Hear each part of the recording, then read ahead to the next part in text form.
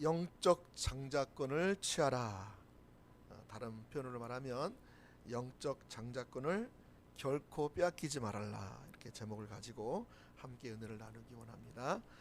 지난주까지 우리가 하나님의 비전에 대해서 함께 살펴봤어요. 하나님의 비전을 이뤄가실 때 하나님은 하나님의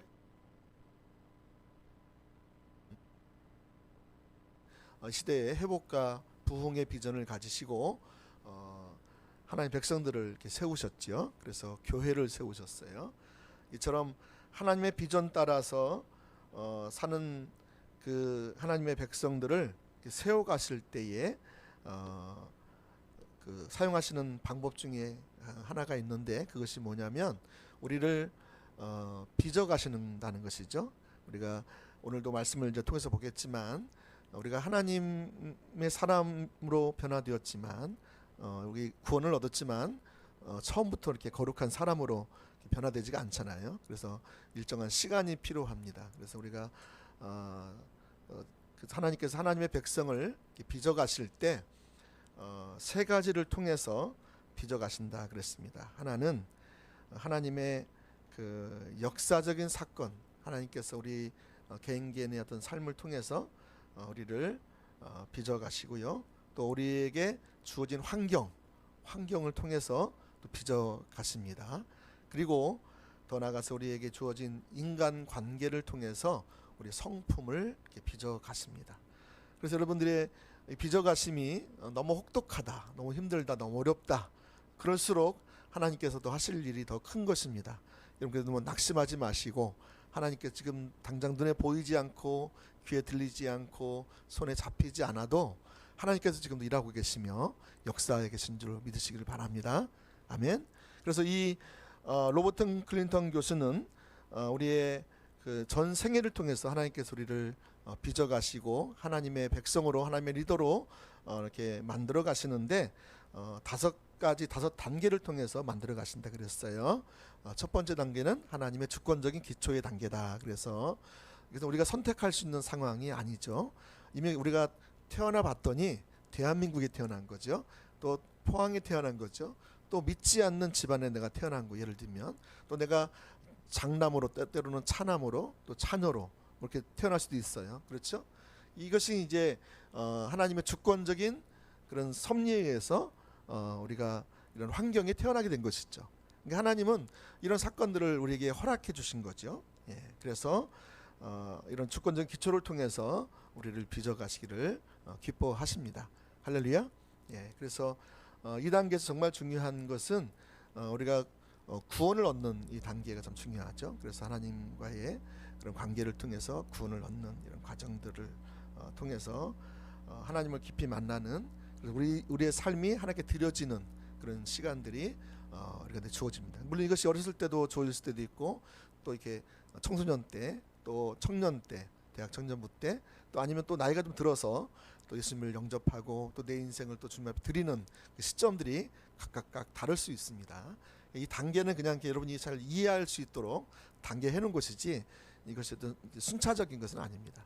자, 두 번째 단계는 이처럼 하나님의 주권적인 기초를 지나서 우리의 내면적인 성품을 다루세요. 그래서 내적인 삶의 성장을 다루는 단계가 있습니다. 그래서 여러분들이 주어진 환경을 통해서, 특별히 교회라는 환경, 또 학교라는 환경, 또 어디 회사, 뭐 직장, 그런 또 다른 사람들과의 만남, 또 그런 환경들을 통해서 여러분들이 성품이 빚어가요. 이때 중요한 것은 여러분에게 이렇게 맡겨진 어떤 일들이 있을 거예요.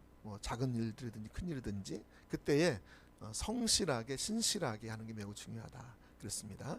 이때 잘 빚어져야 우리가 하나님께서 우리 원하시는 모습으로 우리를 빚어가시고, 또 하나님께 원하시는 그 때에 하나님께서 우리를 도구로 사용하실 것입니다. 우리가 빚어지지 않고서 사용되면 그것은 참 망하는 길입니다. 그래서 우리가 지금은 내가 이해하지 못하고 또 어렵다 할지라도 이 빚어지는 과정에 최선을 다해서 신실하게 반응하는 게 중요하고요. 그 다음에 하나님이 이렇게 환경을 통해서 또 이렇게 어렸을 때 주권적 기초를 통해서 또 또 인간관계를 통해서 우리를 빚어가실 때 정말 중요한 것 중에 하나는 우리의 자세입니다. 자세. 우리의 자세가 잘못되면 빚어지질 못합니다. 예를 들면 우리가 하나님의 얼굴을 구한다. 이것도요, 우리가 자세가 잘못되면 하나님의 얼굴이 잘 안 구해집니다. 자꾸 잡생각이 나고요, 자꾸 인간적인 생각이 나고 졸리기도 하고 그렇습니다. 자세가 좋아야 돼. 자세가. 그렇죠? 그래서 우리가 자세가 좋을 때 하나님의 얼굴을 구하게 되고, 하나님의 얼굴을 구하게 될 때 영적인 분별력이 열려지기도 합니다. 왜 영적인 분별력이 안 열리느냐? 왜 자꾸 하나님의 관점이 보이지 않느냐? 왜 하나님의 마음이 깨달아지지 않느냐?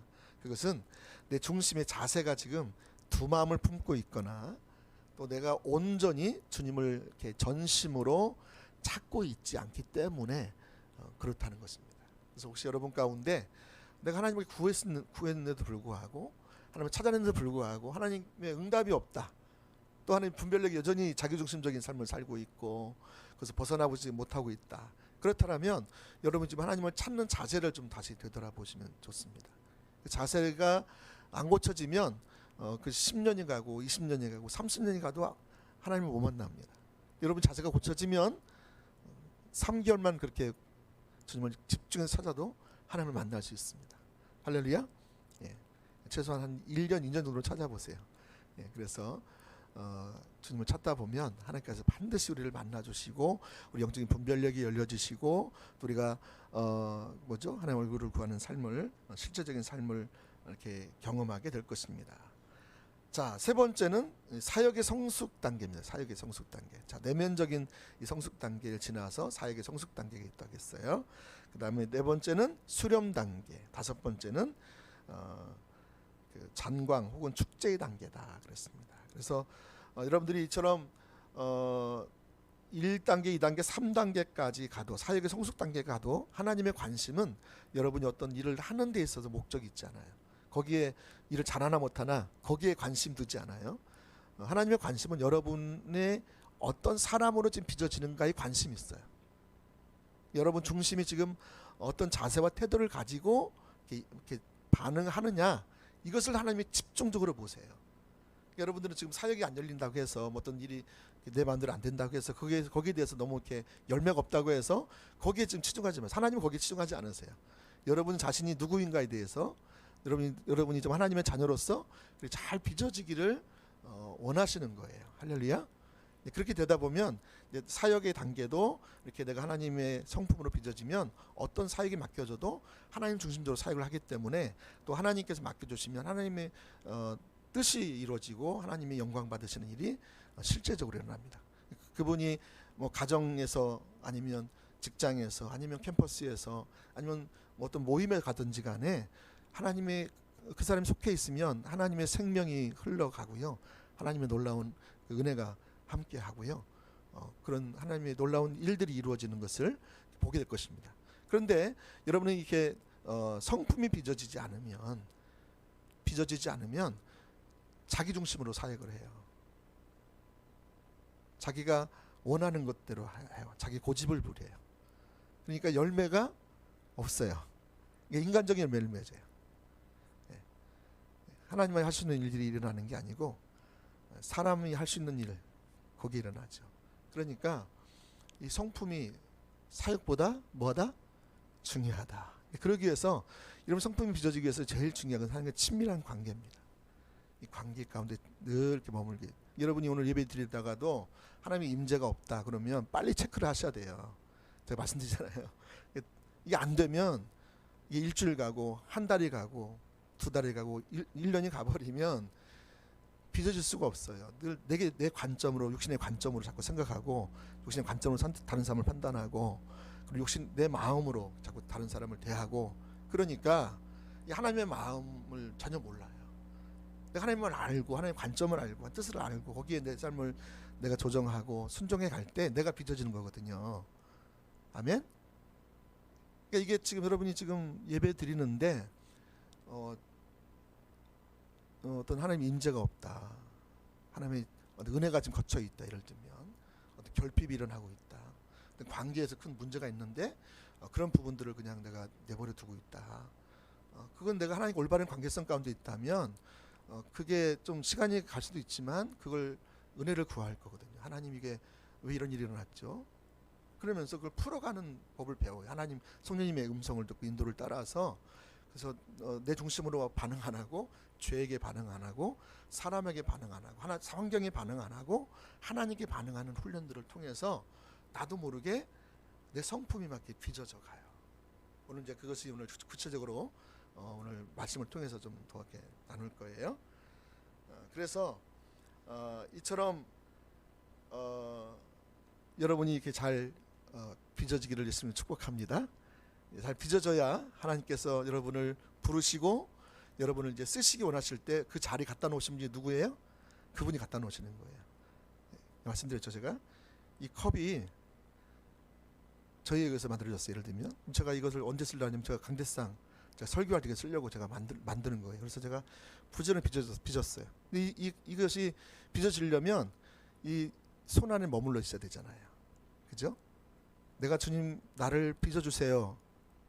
그리고 내가 허락해 내 주권을 내리고 하나님 주권을 인정해드리고 내 자신을 이렇게 내어드려야 돼요. 그래야 주님 원하시는 모습으로 원하시는 목적대로 나를 빚으실 수가 있어요.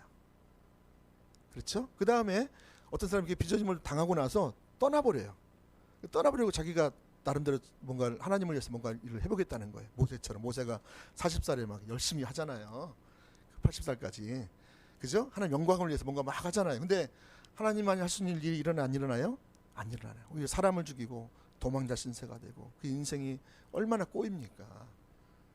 그러니까 빚어지고 나서 여기서 손 안에 머물러 있어야 돼. 주인의 손에 머물러 있어야 그분이 때가 되면 그분이 갖다가 이게 딱 갖다 놓는 거예요. 딱 갖다 놓으면 너는 여기서 이제 강대상에서 설교자가 물을 마실 때 필요한 물을 공급하는 그 잔으로 네가 여기 있어라. 그러면 이 사람 이 컵은 이걸 위해서 만들어진 거예요. 그러니까 여기 있을 때 여기 하나님 기름 부음이 함께하시, 하나님이 함께하시고요. 하나님 뒷받침이 있고요. 하나님 생명이 함께하고요. 예, 놀라운 역사가 일어나기 시작해요. 할렐루야. 예, 이 원리를 여러분 잘 깨달으셔서 거기 머물러 있으면 돼요. 그래서 여러분 예수님이 하나님이 포도나무이시고 예수님이 가지라고 그러셨잖아요. 예수님이 하신 일은 포도나무에 붙어 있었어요. 그렇죠. 붙어 있으니까 열매를 누가 어떻게 맺어요? 스스로 열매 맺을 수 있어 없어요? 떠나서 맺을 수 있어 없어요? 없다는 거예요. 예수님은 철저하게 예수님의 그 포도나무에 붙어 있었더니 포도나무에 통해서 예수님의 그 가지를 통해서 열매를 하나님의 열매를 맺는 거예요. 할렐루야. 예, 우리가 그분께 붙어 있으면 우리를 빚으시고 또 우리를 허락하고 이런 환경들, 상황들, 문제들이 있었을 때마다 또 하나님께 묻고 또 내 생각을 내리고 부지런히 하나님 앞에 은혜를 구하면 주님이 우리를 너무 함께하기를 원하시고 우리를 너무 빚어가기를 원하시고 너무 우리를 이렇게 하나님의 도구로 하나님의 그 동역자를 쓰시기를 너무 기뻐하시는 거예요. 할렐루야. 네, 그런 은혜가 저 여러분 가운데 넘치기를 축복합니다. 아멘. 그래서 오늘 설교는 하나님의 비전을 따라 빚어 가시는 한 가지 예로 야곱을 통해서 하나님께서 어떻게 빚어 가시는가. 야곱 여러분 잘 아시죠? 그 예로 하나 이렇게 들어보겠습니다. 이렇게 리더로 빚어 가실 때 우리의 중요한 자세 중에 하나가 영적 장자권을 가진 자로서 올바른 자세를 갖는 게 매우 중요하다라는 것입니다. 이 야곱이 어떻게 빚어졌느냐? 그는 영적인 장자권을 사모했어요. 그리고 그것을 가지기 위해서 올바른 자세, 물론 처음에는 올바른 자세가 아니었지만 나중에 이제 점점 하나의 얼굴을 구하면서 올바른 자세를 가지고 그래서 결국 그는 빚어져서 결국 하나님께서 의도하신 대로 그를 마음껏 쓰셨어요. 지금도 이스라엘 나라는 그 야곱의 이름을 따서 이스라엘 나라라는 이름을 짓고 있잖아요. 지금까지 영향을 미치는 거예요. 하나님의 손에 머물러 있었더니 그런 놀라운 일이 일어난 거예요. 할렐루야. 예. 영적 장자권을 소중히 여겼던 야곱에 관한 이야기를 하나 볼 것이고요. 또 반대로 야곱의 형이었던 에서는 하나님이 주신 축복인 장자권을 아주 경홀히 여기고 우습게 생각하다가 참으로 장자권을 다 빼앗겨버리는 어리석은 삶을 사는 그런 말씀이 오늘 우리가 하나님께로부터 들어야 할 아주 소중한 메시지인 것을 기억하시기 바랍니다. 아멘. 자, 첫 번째, 한 태중에 전혀 다른 두 아들이 있었습니다. 한 태중에 전혀 다른 두 아들. 여러분, 약속의 자녀인 이삭, 그러니까 아브람, 이삭이잖아요. 이삭의 아내가 누구죠? 리브가입니다. 리브가가 결혼한 지 20년이 됐는데 아기가 없었어요. 그러니까 여러분, 요즘에 결혼 많이 늦게 하잖아요. 근데 20년이 지난 이 나이대에 이제 수태하게 됩니다. 근데 태에 아기가 있는데 이 아이들이 놀랍게도 쌍둥이를 뵌 거예요. 놀랍죠? 예. 쌍둥이 중에서도 먼저 태어난 아이의 이름이 뭐였죠? 에서. 그렇죠? 나중에 태어난 아이의 이름은 야곱이었습니다. 그러면 이삭의 아내 리브가의 뱃속에서 지금 두 사람이 이렇게 태어났는데 성경에서 뭐라고 했냐면 두 국민이 있다, 두 민족이 있다 이렇게 표현을 해요. 너무 재밌는 표현이죠. 자, 그래서 우리가 읽진 않았지만 25장 23절 한번 보겠습니다. 23절 26절까지 다시 한번 볼게요. 같이 읽어보겠습니다. 시작. 여호와께서 그들에게 이르시되 두 국민이 내 태중에 있구나. 두 민족이 내 복종에서부터 나누이리다. 이 족속이 저 족속보다 강하겠고 큰 자가 어린 자를 섬기리라 하셨더라. 그 해산이 기한 태에 쌍둥이가 있었는데 먼저 나온 자는 붉고 전신이 터록 같아서 이름을 에서라 하였고 후에 나온 아우는 손으로 에서의 발꿈치를 잡았으므로 그 이름을 야곱이라 하였으며 리브가가 그들을 낳을 때 이삭이 60세였더라. 아멘. 여러분, 리브가가 낳은 쌍둥이의 이름은 놀랍게도 그들의 삶과 그들의 미래와 아주 걸맞는 그런 이름이었습니다. 먼저 태어난 에서는 오늘 성경에 보니까 붉다라고 표현되죠. 붉다. 그렇죠? 이 말에서 나오는 뜻인데 에서라는 말은 붉다. 다시 말하면 털이 많다라는 것입니다. 그래서 말과 음역이 같은 말이 두 가지가 있는데 붉다하고 털이 많다. 붉다. 이게 에돔. 털이 많다. 이게 세일이라는 그런 것이 있습니다. 그래서 이 에돔과 세일이 복합해서 만들어진 말이 에서라고 합니다. 에서는 오늘 성경에 기록된 대로 그 온 몸에 붉은 털이 막 가득했어요. 그래서 마치 야생동물처럼 그런 모습이었어요. 그 성품은 아주 강하고 아주 활달한 그런 성품을 가진 아이로 자라나게 됩니다. 그런데 두 번째 태어난 이 쌍둥이였지만 그 동생이었던 야곱은 에서와는 전혀 정반대의 성품으로 태어나요. 신기하죠. 그래서 이것을 어떻게 알 수 있느냐? 성경을 보면 알 수 있잖아요. 그래서 야곱은 어떤 사람입니까? 그는 아주 유약하고 부모님을 많이 의존하는 그런 스타일입니다. 그가 태어날 때부터 야곱은 뭘 붙잡고 태어났어요? 형의 팔 뒤꿈치가 아닙니다. 팔 뒤꿈치를 움켜쥐고 태어나지 않으면 마치 자기가 존재의 의를 잃어버릴 것 같은 그 질투를 가지고 막 그냥 발 뒤꿈치를 붙들고 막 같이 나온 거예요. 얼마나 막 급했는지. 그래서 성경은 이 야곱이라는 이름과는 달리 야곱이라는 이름은 에서는 달리 약탈자라는 이름을 가지는 뒷발꿈치를 붙잡은 자, 또 걸려 넘어지게 하는 자라고 하는 그런 이름을 가졌다고 합니다. 여러분, 야곱의 이름은 이름 그 자체가 악착 같고 약간 사기성이 농후하고 심술구준대가 있는 약간 저와 여러분 좀 이렇게 비슷한 사람 냄새 나지 않습니까? 그래서 이제 나중에 이 야곱이 어떻게 돼요? 하나님의 손에 붙들려서 빚어짐으로 인해서 그 이름이 야곱의 이름을 버려요. 그리고 하나님과 겨루어 싸워서 이긴 자라는 이스라엘이라는 이름을 가져요. 할렐루야. 저와 여러분들이 저희 옛사람 이름을 다 벗어버리고 이스라엘 되기를 했으면 축복합니다. 예. 여러분, 그래서 이 야곱 같은 경우는 심술 굽고 약삭 빠르고 악착 같다는 뜻이 아니라 그렇게 살지 않으면 안 되는 만큼 그는 너무 약하고 너무 겁이 많고 그랬던 사람이라는 것이죠. 사람은 누구나 그렇지 않습니까?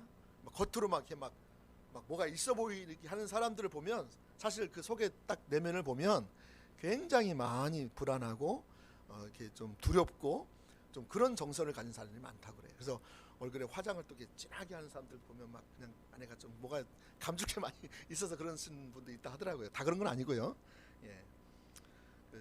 제가 전에 그 친학교 때 사귀려고 했던 자매가 있는데 제가 너무 좋았는데 제가 나중에 제가 딱 그냥 스톱했어요. 왜 스톱했냐면 화장을 너무 짙게 하더라고요. 그래가지고 립스틱 짙게 바르고 그래가지고 이제 딱 너무 그냥 이렇게 안 되더라고요. 그래가지고 이렇게 만남이 안 됐는데 근데 그분이 인격이 이렇다는 건 아니었어요. 근데 제가 스스로 반응이 오더라고요. 예. 제 아내는 화장을 이렇게 안 하더라고요. 안 해가지고 너무 좋더라고요. 수수하게 뭐 화장도 안 하고 청바지에 흰색 티를 입고 와가지고 제가 처음에는 그만 만나십시다 하려고 할 뻔 알았어요. 근데 나중에 보니까 이제 그렇지 않더라고요. 중심이 너무 감사해요. 자, 여러분, 그래서 이 에서는 온몸에 털이 아주 많은 그런 사람이었어요. 그래서 아까 야곱과는 이렇게 전혀 다른 그런 모습으로 있었다는 것이죠. 야곱은 그 뭐죠? 26절 말씀에 보니까 이렇게 돼 있죠. 자, 그 마지막 본에 보면 그들이 낳을 때에 리브가 그들을 낳을 때 이삭이 나이가 몇 살이더라? 60세였더라. 여러분, 두 아들 낳을 때가 60세였대요. 저는 제 아들을 낳을 때 보니까 저랑 30년 차이 나거든요. 그러니까 야, 내가 60대면은 제가 30살 되겠구나 이런 생각이 있는데 지금 여기 야곱은 예, 이삭은 어떻게 해요? 60이니까 뭐 90대면은 이 아이들이 30대가 되는 거죠. 여러분, 이삭이 결혼한 나이가 40살이니까 약 20년 만에 기도해서 얻은 아들이 이 쌍둥이였다는 사실을 알 수가 있고요. 오늘 27절 말씀에 이렇게 보니까 조금 더 짧은 구절이 있습니다. 거기 보면 우리는 에서와 야곱이 어떻게 자라났는가를 아주 단적으로 잘 볼 수 있는 말씀이에요. 27절 말씀을 다시 한번 같이 읽어보겠습니다. 시작. 그 아이들이 장성함에 에서는 익숙한 사냥꾼이었으므로 들사람이 되고 야곱은 조용한 사람이었으므로 장막에 거주하니. 아멘. 자, 여러분, 이 아이들이 장성해서 한 아이에서는 들사람이 되었다. 그렇죠? 들사람이 됐다. 익숙한 사냥꾼으로 성장했다는 것입니다. 그리고 또 한 사람은 조용한 사람인 거로 장막에 거했다라죠. 쌍둥이가 아니더라도 우리 주변에서 애들이 5 혹은 3 혹은 둘씩 이렇게 보면서 자라는 걸 보면 똑같이 자라난 자녀가 거의 똑같지 않은 걸 볼 수 있어요. 그죠? 쌍둥이도 그렇죠. 우리 그래서 한 배에서 나왔는데도 성격과 스타일이 전혀 다를 수가 있다는 것입니다. 어떤 자녀는 태어날 때부터 정서적으로 안정이 돼서 잠도 잘 자고 우유도 잘 먹고 아주 아무 것에 막 뭐 소리가 나고 뭐 해도 무신경하게 그냥 그렇게 잘 정서적으로 안정된 아이가 있어요. 근데 반면에 똑같은 배에서 태어났는데 아주 신경이 예민하고 또 항상 불안하고 뭔가 뭐 꽉 쥐고 막 있어야 되고 막 기저귀도 쥐고 있어야 되고 막 손가락도 쥐고 있어. 엄마도 손을 꽉 쥐고 있어야 돼. 이불도 꽉 잡아당겨야 되고. 이게 뭔가 좀 항상 이 아이는 막 그런 아이죠. 이빨로 뭔가 젖을 빨아도 어떤 힘을 줘가지고 막 꽉 해줘. 야 아파. 아야 엄마가 막 그럴 때 애가 막 또 막 그런 애가 있죠. 어떤 애는 또 그냥 조용히 잘 보는 애도 있는데 애가 다 다르잖아요. 제가 엄마가 아니라서 제가 우리 아들은 어떻게 했는지 잘 모르겠어요. 근데 저 엄마는 다 아시죠? 그렇게 하는 것이죠. 다 똑같이 자랐는데 똑같은 환경에서 자랐는데 어떤 애는 이렇게 아주 강인한 체력을 가지고 자라나는 반면에 어떤 자녀는 허약해서 항상 병원 신세를 져야 되는 그런 아이도 있다는 것입니다. 다 똑같은 뱃속에 난데도 말입니다. 어렸을 때 보면 자랄 때부터 어떤 아이는 자기중심적이고 쾌락형의 아이가 있는 아이가 있어요. 그래서 항상 모든 걸 막 움켜쥐고 욕심이 많고 그리고 자기중심적인 아이가 있어요. 반면에 어렸을 때부터 누가 가르쳐주지도 않았는데 항상 남에게 베풀고 뭐 심부름도 잘하고 막 배려를 해. 엄마 아빠를 배려해주고 엄마 아빠 대신에 막 이렇게 뭐 해주려고 하고 이렇게 기쁘게 하려고 하는 그런 아이가 있어요. 근데 이렇게 보면 이렇게 참 두 가지 이렇게 나눌 수 있는 부분이 있는 것이죠. 그런데 우리는 야곱 같은 경우는 아까 말씀드린 대로 말도 잘 안 하고 사람하고도 잘 안 만나고 혼자 조용히 있기를 좋아하고 소심한 이런 아이였다는 것을 볼 수가 있어요. 아마도 요즘으로 말하면 집 밖을 잘 안 나가는 그런 아이가 되지 않았을까. 그래서 여러분 지난 23년 7월 7일에 뉴스 조선에 제가 이 고립 청년 실태 조사 결과가 나온 걸 한번 제가 살펴봤는데요. 거기에 보니까 그 충격적인 그 소식이 있었습니다. 짧게는 몇 개월, 길게는 10년 정도, 10년까지 집 밖을 안 나가고 방을 또 안 나간 친구도 있다. 그래서 사람들과 어울리지 않는 고립 청년이 얼마나 되냐면 54만 명. 청년이 지금 54만 명이 그렇대요. 그러니까 얼마나 이게 지금 많은 아이들이 이렇게 집 안에서 이렇게 고립돼서 철저히 고립돼서 살고 있는지 몰라요. 참 기도가 많이 필요합니다. 할렐루야. 네. 이처럼 같은 어머니 뱃속에 태어났는데 성격은 전혀 다르다고 하는 것입니다. 우리는 이러한 사실을 에서와 야곱이라는 두 사람에게서 아주 놀랍게 두 가지 스타일이 있다는 것을 발견할 수 있습니다. 오늘 27절 말씀이 아까 읽은 것처럼 에서는 익숙한 사냥꾼이었고 들사람이었습니다. 이 사람은 남자답고 군인 같고 또 활달하고 말 잘하고 영웅적인 스타일, 사람들을 막 이끄는 그 카리스마 있는 인간적인 카리스마 있죠. 그게 막 넘쳐가지고 뭐 딱 하면 막 중간에 막 애들이 같이 따라다녀요. 이런 사람들은 단점인데 그게 뭐냐면 집을 잘 안 돌봅니다. 자꾸 밖에서만 이렇게 하니까 집은 다 팽개치고 들로 산으로 이렇게 막 돌아다니는 거죠. 그가 에서였어요. 익숙한 사냥꾼이었어요. 그러니까 여러분 이런 사람들은 며칠 또는 몇 달 동안 나중에 이제 집을 나가서 산을 헤매기도 합니다. 어떤 때는 밤을 새기도 하고 아주 사나운 짐승을 만나서 생명을 걸고 사투를 벌이기도 하고 또 어떤 사람은 또 산에 익숙해서 들에 익숙해서 이제 전략과 전술에 뛰어난 그런 사람이 되기도 합니다. 그래서 여러분 에서가 바로 그런 사람이었어요. 이런 사람들을 보면 여행을 좋아하고 사람 만나는 걸 좋아하고 사업을 좋아하고 뭐 그런 것이죠. 그래서 사업을 크게 벌리고 모험심이 강하고 개척 정신이 강한 그런 사람이죠. 언제나 불가능에 도전하고 모험심이 강한 그런 유형인 것입니다. 이것이 바로 에서에 대한 설명을 우리가 이렇게 확대 해석해 볼 수 있습니다. 그러나 반면에 야곱은 어떤 사람이라고요? 아주 조용한 사람이고 장막안에 거했고, 그러니까 에서가 집 밖의 강아지였다면 야곱은 집 안의 강아지였습니다. 집 안의 강아지. 우리 집안에 좀 많이 애완동물 키우시죠? 저희 집안에도 고양이 잘 크고 있습니다. 살이 벌써 한 6kg 되나요? 주인 닮아가지고 살이 많이 먹어서 이게 집 안에 고양이처럼 이제 야곱이 이렇게 자랐던 것을 볼 수가 있습니다. 그래서 야곱은 분명히 내성적이었어요. MBTI를 하면 뭐 조사하면 제가 잘 모르겠는데 뭐 IN 몸으로 나왔을 것 같아요. EN 그거는 이제 뭐 박유향적이라고 하는 것 같은데, 소심했고 어머니 치맛자락을 붙잡고 부엌에서 뱅뱅뱅뱅 돌고 절대로 혼자 다니는 법이 없고 겁이 많아서 나이가 들어도 항상 손을 빨고 다니는 그런 스타일의 아이였지 않았을까 생각이 듭니다. 근데 여러분 이렇게 야곱과 같은 사람들의 특징이 뭐냐면 늘 소심하고 유약하고 또 어머니 치맛자락이 잘하기 때문에 고자질을 잘합니다. 조심하십시오. 고자질을 잘합니다. 그리고 이제는 항상 자기가 약하니까 고자질을 하고 또 무슨 일이 있으면 무슨 일이 생기면 책임을 안 져요. 책임을 좀 회피하고 자꾸 난 아니야 라고 생각하는 거죠. 이런 사람은 편하고 쉬운 일만 골라서 하려고 하고요. 어려운 일은 다 다른 사람들한테 하라 그래요. 그래서 피해버립니다. 또 이런 사람들은 또 의심이 많습니다. 또 의심이 또 되게 많아요.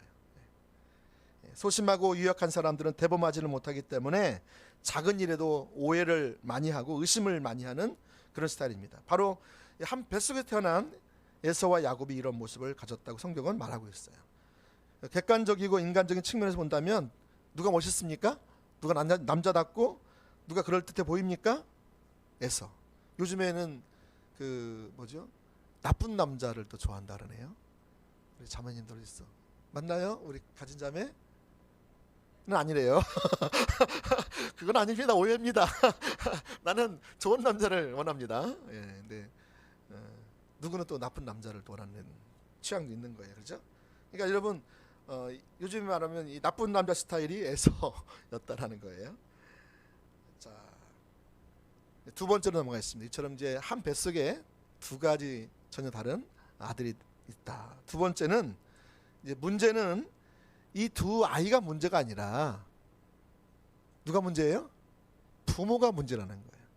부모의 잘못된 자식 사랑. 두 번째, 부모의 잘못된 자식 사랑. 여러분 이제 이렇게 전혀 다른 두 스타일을 가진 쌍둥이 에서와 야곱을 가진 부모님의 태도가 뭔지 모르게 좀 수상하고 뭔지 모르게 좀 이상한 데가 많다는 거예요. 여러분 이 가정의 문제가 정말 다른 건 문제가 별로 없어요. 근데 이게 문제가 된 거예요. 이게 아주 이 아이들의 이 운명을 좀 이렇게 좌우하는 일도 일어나요.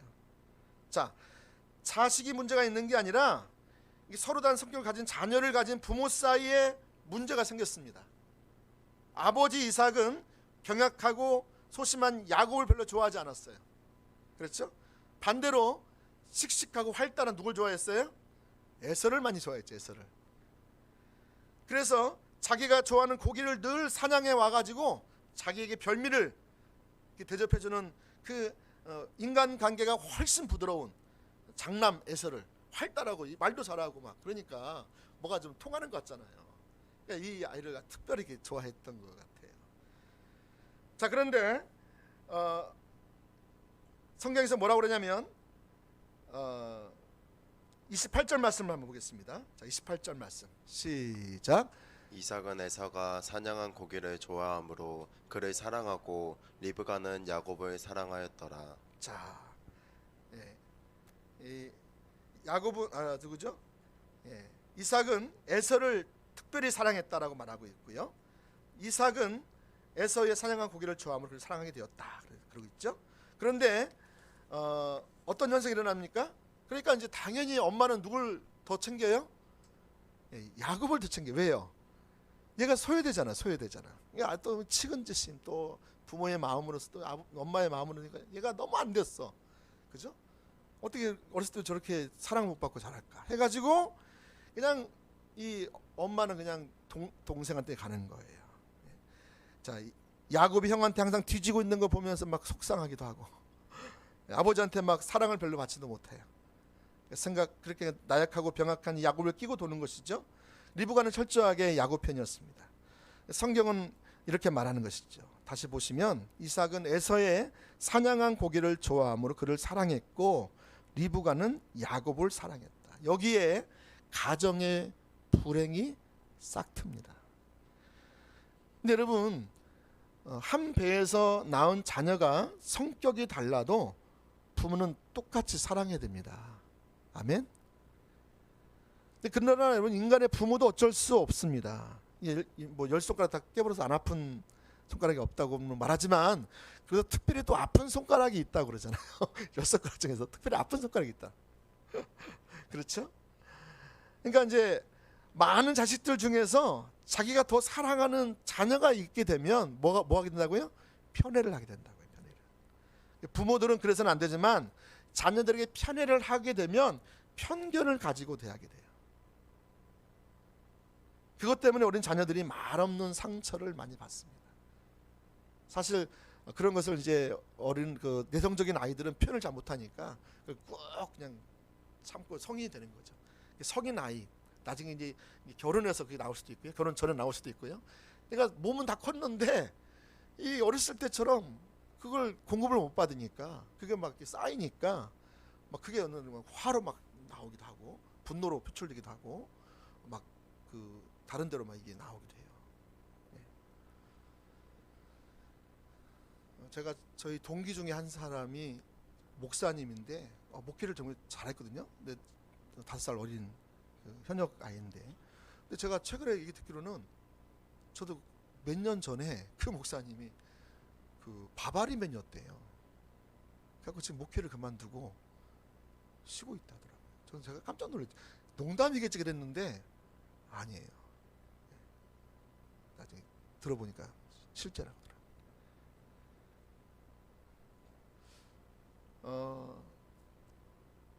어디서부터 잘못됐는지 모르겠지만 어쨌거나 이 자녀들이 자기도 모르게 그 상처를 받고 나는 이 집안에 쓸데없는, 나는 엄마에게 아빠에게 사랑받지 못하는 그런 존재라는 것을 늘 가지고 열등감을 가지고 자라날 수 있다라는 것입니다. 그래서 아버지는 형만 사랑하고 나를 미워한다. 이 엄마는 나한테 이렇게 대할까?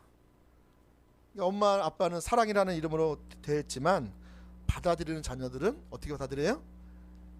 편애로 받아들일 수가 있어요. 저희 가족도 그런 면에서 예의가 아닙니다. 저희 집안은 저희 아버님이 저희 고1 때 돌아가셨어요. 제 형제는 이남 이녀이고요. 저희 형님도 이제 2년 전에 돌아가셨고, 그래서 지금 이제 일남 이녀입니다. 제가 차남인데 이제 첫째 누나가 있고 제가 있고 여동생이 있습니다. 제가 목사이다 보니까 저희 어머니는 항상 형보다 누나보다 저를 더 챙겨주시고 사랑해 주셨어요. 목사이기 전부터.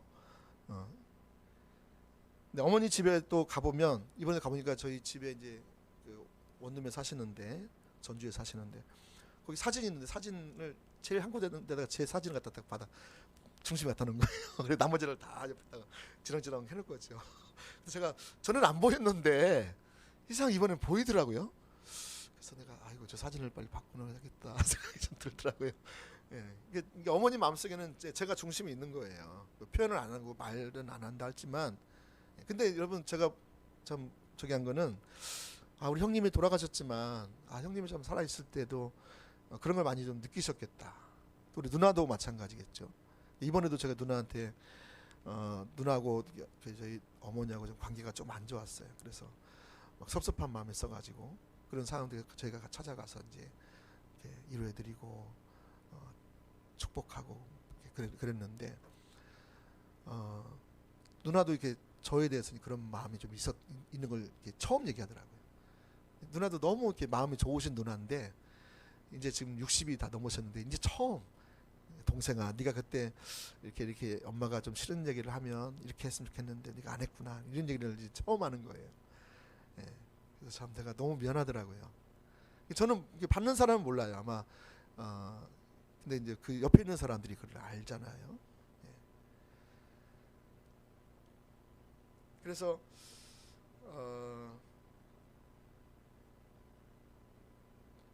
이같이 우리가 똑같이 자녀를 사랑해야 함에도 불구하고 아버지는 에서를 사랑하고 어머니는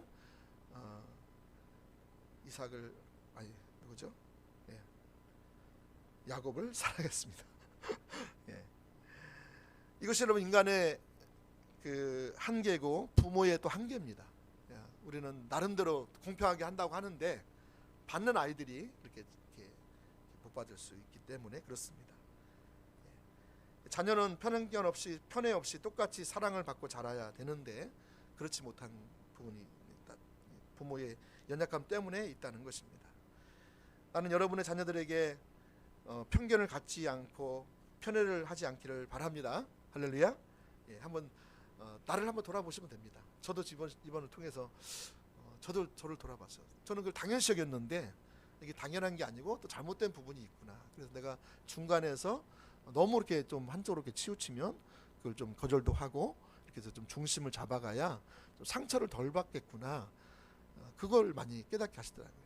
그리고 이번에도 제가 이런 그 저희 어머니와 또 누님과의 그런 관계를 통해서 좀 중간에서 이제 찾아가서 위로하고 또 이렇게 축복하고 좀 그랬는데 많이 우시기도 하시더라고요. 너무 이렇게 힘드셨다고 얘기하시고 그래서 이제 그런 과정을 통해서 제가 깨닫게 된 게 뭐냐면, 그때는 몰랐는데 집에 오면서 하나님께서 지금 내가 영적 제사장의 이 장자권을 좀 찾기를 원하시는구나. 그동안 저희 형님이 살아계실 때는 형님이 예수님을 안 믿으셨기 때문에 저희 제사 문화가 있었고요, 또 술 문화가 있었어요. 늘 이렇게 술 때문에 이렇게 가정이 이렇게 좀 그렇게 전에 괜찮은데 술만 먹으니까 이제 좀 싸움이 일어나는 거죠. 그랬었는데 이번에 좀 하나님께 깨닫게 하신 게, 이제 형도 소천하셨고 성도 예수님 믿고 소천하셨고 제사도 없고 이제 영적 판도를 새롭게 하기를 원하시더라고요. 장자권을 회복해서 이 가정이 이제 하나님의 생명이 흐르고 하나님의 은혜가 흐르고 또 이렇게 모이면 서로 축복하고 용서하고 또 격려하고 응원하고 그렇잖아요. 우리 한평생 얼마나 살겠어요? 가족끼리 이렇게 서로 그런 모난 부분도 있지만 그렇게 덮어가면서 또 이렇게 또 지원하면서 또 세워주면서 이렇게 살아가는 게 정말 하나님 기뻐하시는 가정이 아니겠나 싶어요. 그래서 저희 가정에 주신 메시지가 이제 때가 됐구나, 하나님 때가 됐구나. 이번 그런 사건을 통해서 그런 일을 하셨어요. 그래서 제가 갔다 온 다음에 저희 아내를 통해 들어보니까 저희 누나한테 전화가 왔대요. 어머니 집에 안 가려고 했는데 어머니 집에 가서 이렇게 사과하고 또 어머니도 울고 막 누나도 울었을 거예요. 원래 참 이렇게 좋으신 분들인데 고생을 하시다 보니까 또 한쪽으로 이렇게 너무 몸도 아프고 또 환경이 좀 이렇게 힘들다 보니까 그런 마음들이 이제 섭섭하게 느껴지는 거예요. 섭섭한 감정이 막 드는 거죠. 근데 이번 통해서 내가 이 가운데에서 제사장 역할을, 이 장자권을 잘 취해서 그 역할을 잘 하면 가정이 정말 아름답게 세워지고 이제 2세 때도 더 아름답게 더 잘 세워지고 그렇게 좀 새롭게 하길 원하시는구나, 이걸 깨닫게 하시는 것 같았습니다. 할렐루야. 자, 이제 세 번째. 자, 이제 편애가 낳은 큰 사건이 이제 있습니다. 오늘 29절 30절 말씀이 보시면 이 서로 이렇게 편애하다 보니까 큰 사건이 하나 일어나죠. 그 사건이 뭡니까? 같이 한번 읽어보겠습니다. 시작. 야곱이 죽을 쑤었더니 에서가 들에서 들어와서 심히 피곤하여 야곱에게 이르되 내가 피곤하니 그 붉은 것을 내게 먹게 하라 한지라. 그러므로 에서의 별명은 에돔이더라.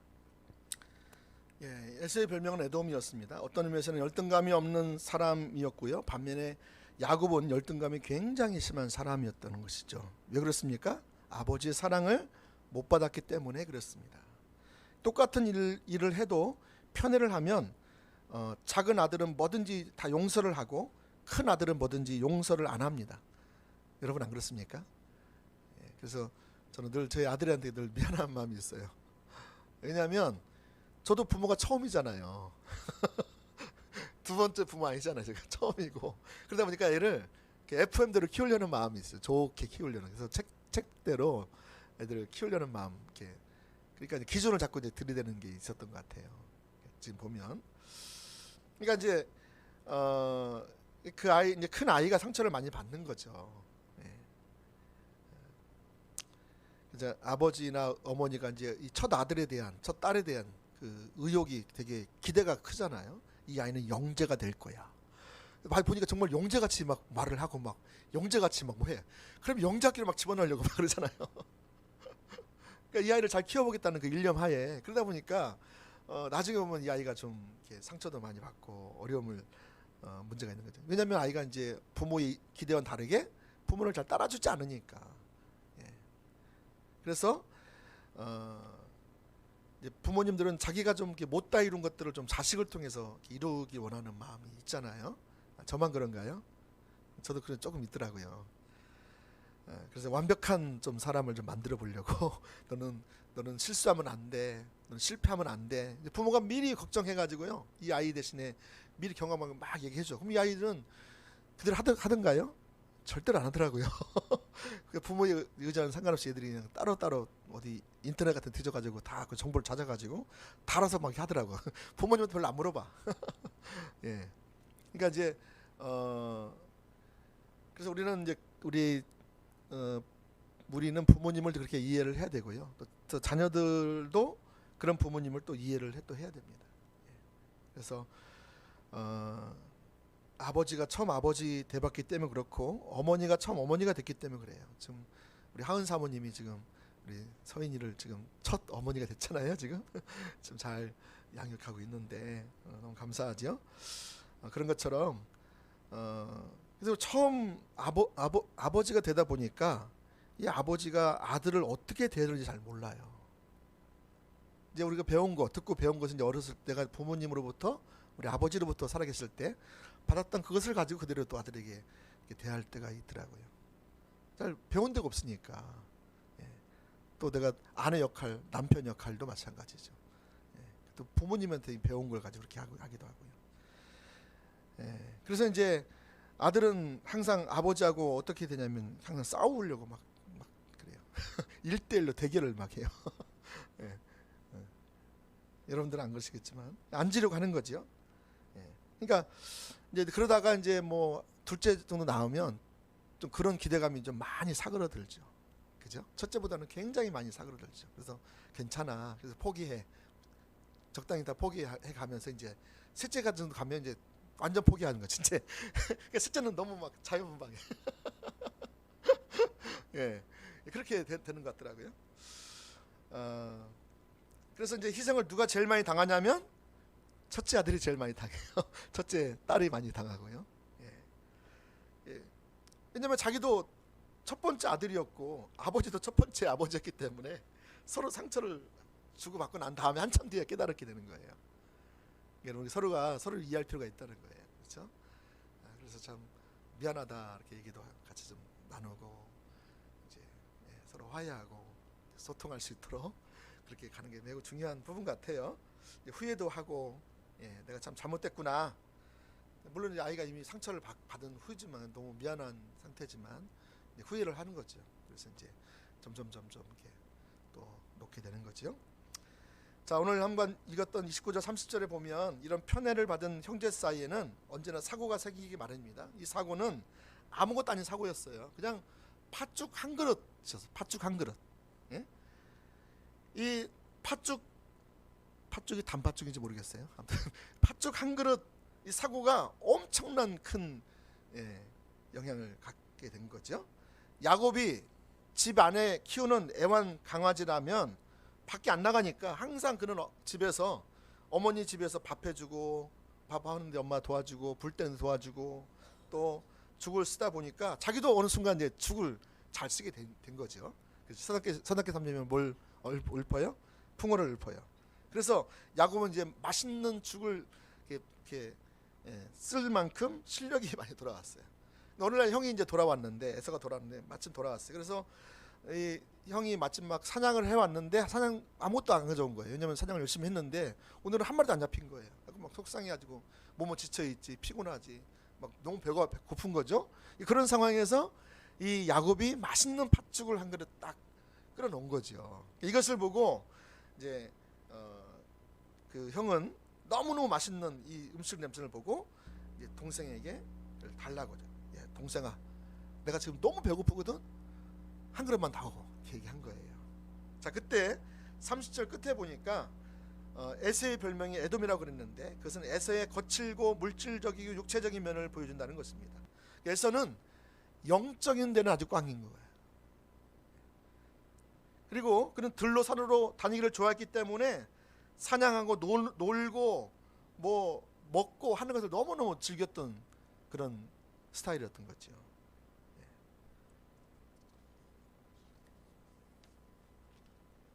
자, 그래서 이렇게 그 식도락을 즐기는 이 에서였고요.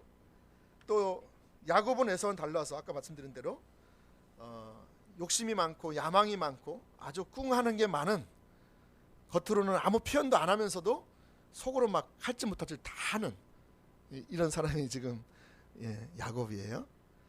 아주 무서운 사람입니다. 야곱이도. 차라리 에서는 이렇게 드러나잖아요. 드러나서 하는데 이 꽁 하는 요게 아주 무서운 사람이에요. 뭐가 언제 튀어날지 몰라요. 시기와 질투도 많고요. 겉으로 항상 웃고 있지만 속으로는 무슨 생각을 하는지 도대체 모르겠어요. 야곱은 그러나 잘 알고 있었어요. 뭘 알고 있었냐면 자기는 형보다 뒤진다는 것을. 그래서 육체적 힘으로는 당할 수 없고 이미 장자권은 다 빼앗겨 버렸고 지금 형에게 다 있다는 거죠. 자기는 아무것도 없는 걸 알았어요. 그래서 야곱은 오늘 성경에 보면 놀라운 걸 하나 발견할 수 있어요. 그게 뭔지 아세요? 야곱에게는 다른 사람에게 없는 그게 있었어요. 그게 뭐죠? 형의 장자권을 넘보고 있었던 거예요. 형의 장자권, 그 축복을, 영적인 축복권을 넘보고 있어요. 다른 건 다 할 수 없는 거죠. 자기가 그것을 순리적으로 받을 수 없음에도 불구하고 그는 야망의 속에 꿈틀대고 있었던 거예요. 형과 경쟁할 수도 없었어요. 그러나 포기하지도 않았어요.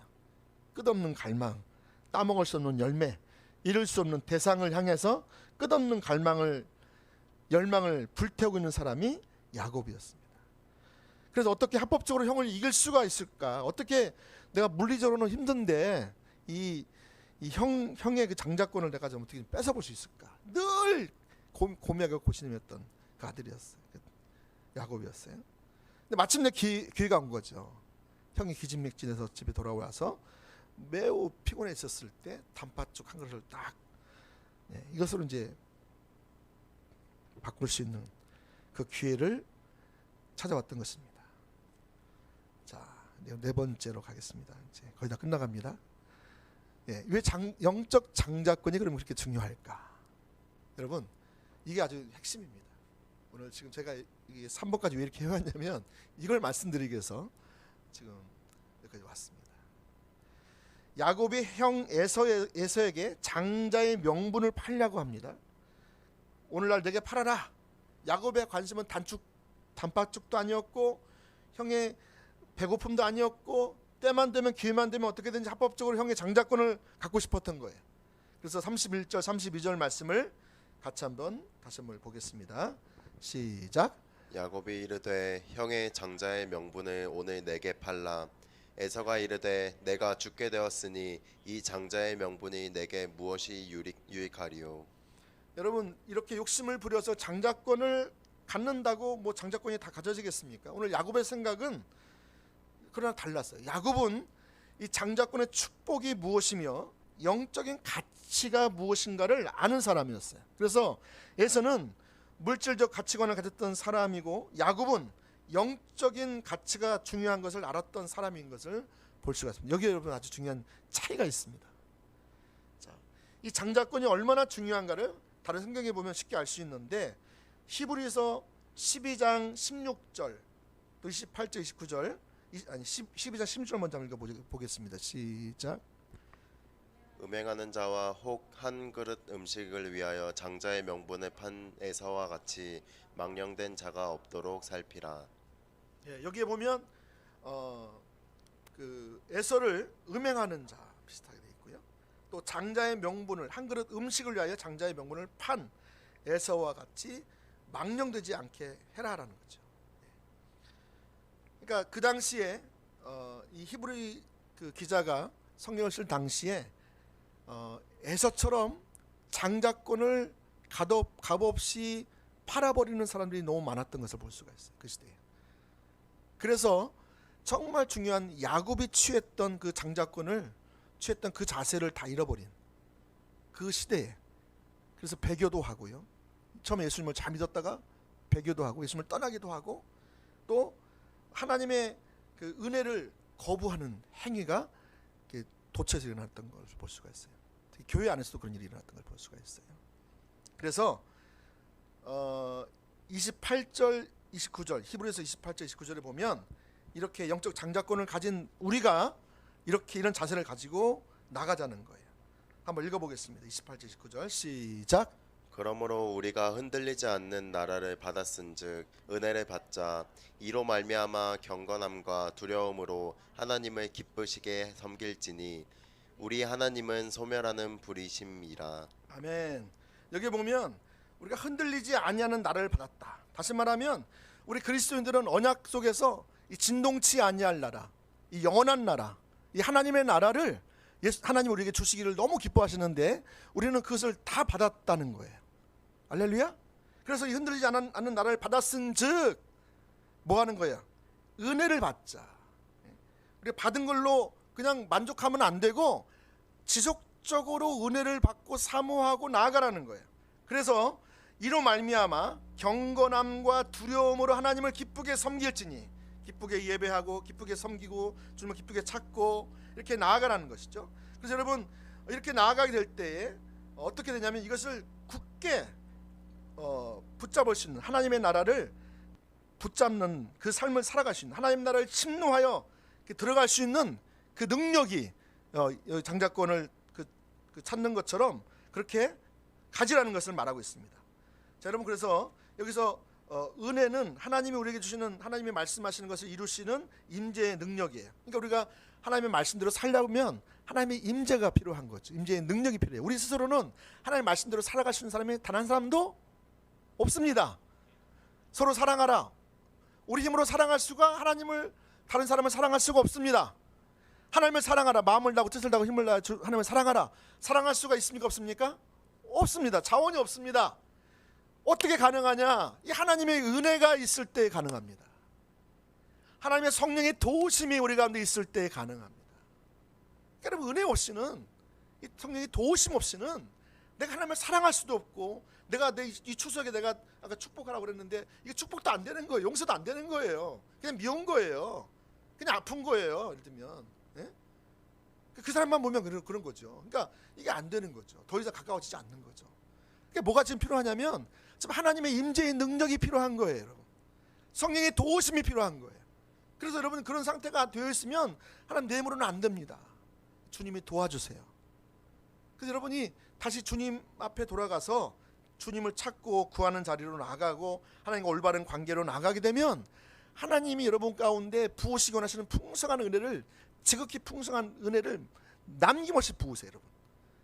여러분 죄가요, 죄의 법이 굉장히 강력하잖아요. 네? 우리를 사망에 이르게 해요, 죄는. 근데 여러분 은혜는요, 우리를 하나님께 나아가게 만들어요. 죄의 그 파워보다 이 은혜의 파워가 훨씬 더 셉니다. 여러분, 죄의 파워는 우리가 수돗물이라고 생각한다면 이 은혜의 파워는 이 저수지 댐에서 막 태평양 바다에서 나오는 그거와도 같습니다. 그래서 한번 그게 흘러가면 강력합니다. 우리가 아무리 죄가 우리를 유혹하고 넘어지기도 하고 쓰러지기도 하지만 하나님의 은혜가 우리를 이렇게 장악하면 우리는 죄를 그냥 넘어갈 수 있어요. 근데 우리는 어디에만 관심을 가져요? 죄를 안 지려고만, 죄에만 관심을 갖는 거예요. 여러분, 은혜에 관심을 가질 때에 은혜가 우리를 떠밀어 가요. 네? 할렐루야. 여러분 이것을 아셔야 됩니다. 그래서 여러분 오늘 말씀도 보면 이 진동치 아니할 나라를 하나님의 선물로 받았기 때문에 심판을 자처하는 배교에서 떠나고 하나님의 은혜를 거부하는 행위를 범하지 말고 오직 은혜를 적극적으로 굳게 붙들라라고 말씀하고 있는 거예요. 그러니까 이로 말미암아서 경건함과 두려움은 뭐냐? 하나님의 이대하심과 나의 죄악됨을 깨닫고 나서 그 하나님의 심판을 인식하는 가운데 하나님을 늘 섬기는 자세를 가지고 나아가라는 거예요. 여러분 이것이 우리 그리스도인들이 영적 장자권을 쥐고 살아갈 수 있는, 누릴 수 있는 그 능력인 줄 믿으시기 바랍니다. 거기서 이 에서는 그걸 전혀 못 받고요.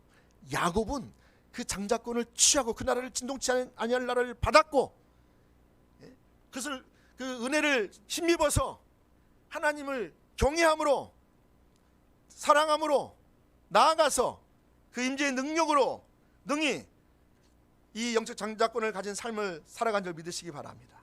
할렐루야. 이 장자권은요 너무너무 중요합니다. 장자권이 뭐냐? 장자권은 세 가지를 말할 수 있어요. 첫 번째는 그 집안의 대를 이을 수 있는 실질적인 권한이 장자권입니다. 그 집안의 대를 이을 수 있는 실질적인 권한. 두 번째는 다른 이들이 한 몫을 가질 때 장자는 몇 몫을 가져요? 두 몫을 가질 수 있습니다. 장자는.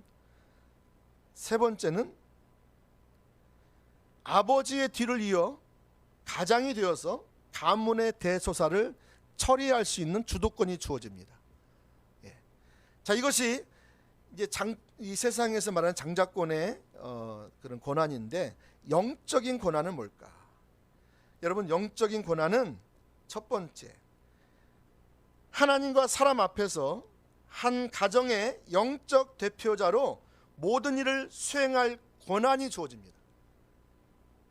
영적인 장자권의 이 아주 중요한 것, 한 가정의 영적 대표자로 모든 일을 수행할 수 있는 권한이 주어지고요. 두 번째, 언약 관계 안에서 영적 축복의 후계자가 되는 것입니다.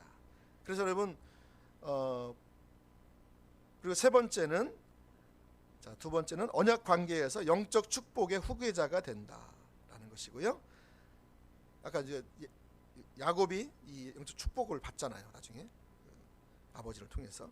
자, 세 번째는 부친의 노후나 사후를 책임지고, 또 모친과 또 미혼 형제 자매들을 부양해야 할 의무가 이 장자한테 있습니다. 그래서 이처럼 이 장자권, 실질적인 이 장자권과 영적인 권한이 얼마나 중요한지 몰라요. 여러분, 이것에 대해서 야곱은 관심을 가지고 그것이 자기에게 있기를 원했어요. 형한테 뺏기기를, 형의 것인데 빼앗아 온 거죠. 예. 자, 그래서 여러분, 이건 단순히 물질적인 축복 외에 영적 축복이 숨어 있습니다. 먼저 하나님께서 아브라함을 통해서 하나님을 위한 한 민족을 만들고 열방의 복을 주기 위해서 그를 불렀습니다. 하나님께서, 그죠? 예. 그리고 여러분, 아브라함을 통해서 누가 세워지죠? 지금 이스라엘 나라가 세워집니다. 그렇죠? 이스라엘 나라는 열방의 복을 받는 통로가 되기 위해서 먼저 아브라함이 하나님과 친밀한 교제 가운데 하나님의 행하심을 보고 동참하는 삶을 통해서 복을 받는 사람이 되었고요. 이렇게 아브라함을 통해 세워진 하나님의 백성인 이스라엘을 성경에서는 뭐라고 했냐면 장자라고 했습니다. 장자. 성경에서 이스라엘 나라를 한번 보세요. 이게 모든 나라, 모든 민족 가운데 이스라엘 나라가 장자로 부르심 받았다는 거예요. 자, 출애굽기 4장 22절 23절 같이 한번 읽어보겠습니다. 시작.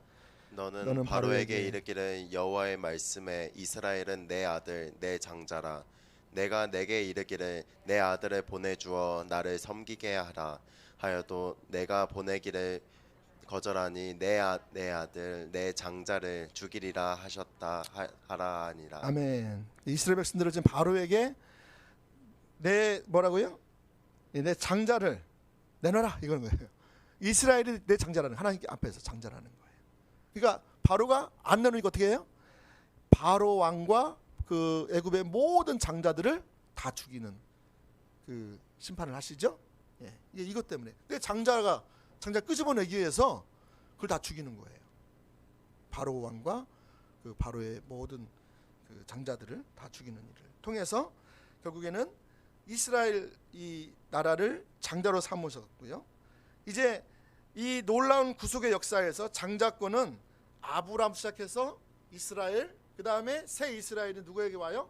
교회까지 와요.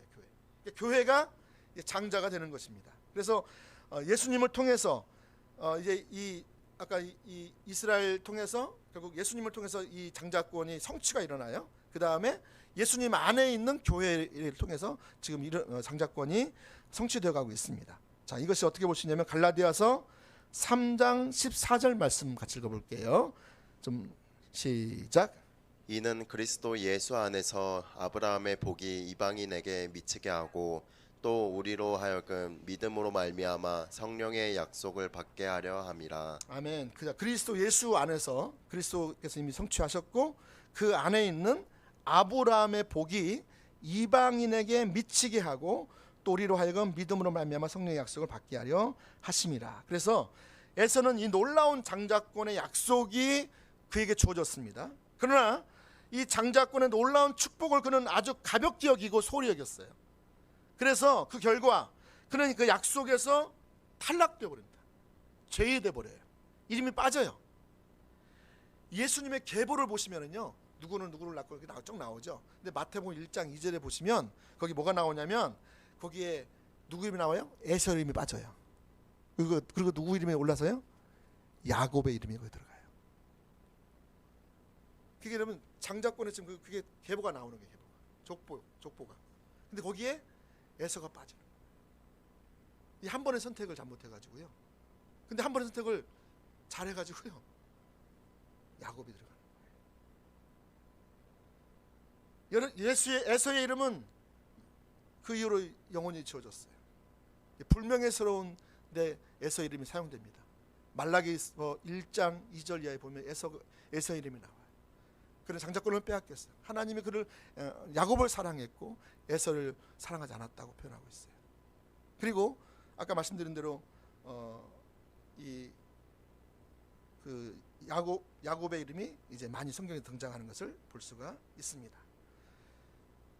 여러분, 이처럼 이 장자권의 축복을 이 야곱이 결국 갖게 됐는데, 이것을 통해서 우리가 뭘 깨달아야 되냐면, 이 장자권은 이제 마지막 네 번째입니다. 다섯 번째입니다. 반드시 배워야 할 것이 있는데, 첫 번째는 작은 첫 번째, 이 장자권은 세상의 그 어떤 것보다 더 중요시 여겼습니다. 이 야곱이 그랬다는 것이죠. 야곱에게는 가난해도 좋고 집 없어도 괜찮고 그걸 다 포기하는 거예요. 그러나 이것만은 내가 가져야 되겠다라고 야곱이 생각을 했어요. 이것이 아주 중요합니다. 영적 가치가 있는 그것을 위해서, 영원한 가치가 있는 그것을 위해서 내가 지금 당장 배부르고 쾌락을 누리고 많은 걸 소유하는 거 누리는 것보다 이것이 얼마나 중요한가 해서 그걸 선택하는 것, 그것이 아주 중요한 부분이었다는 것이죠.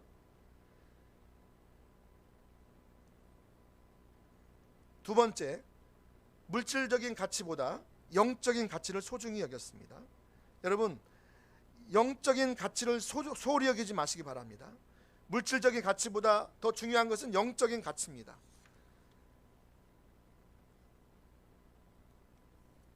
오늘날 많은 현대 그리스도인들은 당장 눈앞에 보이는 것에, 물질적인 것에 영적인 가치를 쉽게 내버리는 경우가 많이 있다는 것을 볼 수가 있습니다. 일단 하나님은 무슨 하나님이야, 신앙은 무슨 신앙이냐, 배고픈 것이 해결돼 봐야지, 이렇게 해서 자꾸 바꾸는 거예요. 영적인 장자권을 팥죽 한 그릇으로 바꿔버려요. 교회 목회자만 하더라도 교회가 일단 뭐 부흥해야 되지 뭐, 그래 하나님도 할 수 있지 않아? 교회가 뭐 어려운데 무슨 하나님 일을 할 수 있어? 이렇게 해서 자꾸 이것을 바꿔버려요. 팔아버려요. 여러분, 그게 맞는 말 같은데 그건 굉장히 인본주의인 거 아세요? 하나님 없는 사람이 그렇게 삽니다. 다 그런 계산을 가지고 살아요. 이 정도 돼야 이거 하지, 이 정도 돼야 이거 해야지. 거기 하나님이 없어요. 여러분, 하나님을 배제한 거예요. 하나님을 배제한 인생이에요. 하나님을 배제한 신앙이에요. 하나님을 배제한 사역이에요. 하나님이 전능하신 분이신데, 하나님이 살아계신데, 하나님은 못하실 것이 없는데, 사람이 100년 거쳐서 할 만한 것을 하나님이 하시면 단 3개월 만에 하실 수도 있는데, 할렐루야? 이거 바꾼 거예요. 이거 지금 여러분 내가 에서가 돼가고 있는 거예요. 이제 마지막 세 번째는, 영적인 축복은 하나님의 때에 옵니다. 그러므로 하나님의 주권 안에 머물러서 기다려야 합니다. 여러분, 우리가 하나님보다 앞서가시면 안 돼요. 기다려야 돼요. 그리고 기다리려면 겸손해야 돼요. 인내해야 돼요. 그리고 기다릴 때에 모든 인간적 방법이 철저히 내려져야 합니다.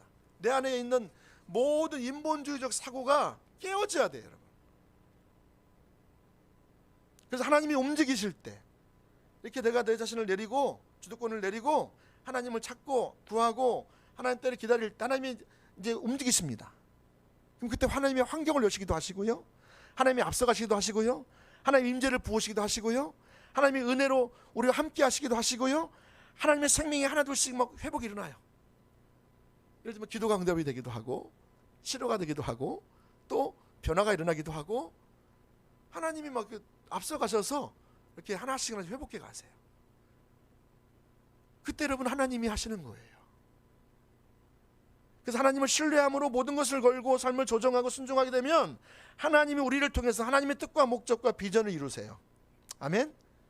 예. 그래서 여러분 여기서 중요한 게 이렇게 되기 위해서 우리가 하나님의 얼굴을 구하는 삶을 살아가야 될 줄로 믿습니다. 아멘. 이제 말씀을 맺겠습니다. 오늘 에서와 야곱의 삶을 통해서 아주 중요한 것을 배웠습니다. 오늘 이 세 가지를 꼭 기억하시고 그래서 저 여러분들이 이렇게 하나님의 인도하심 앞에 설 수 있기를 축복합니다. 아멘.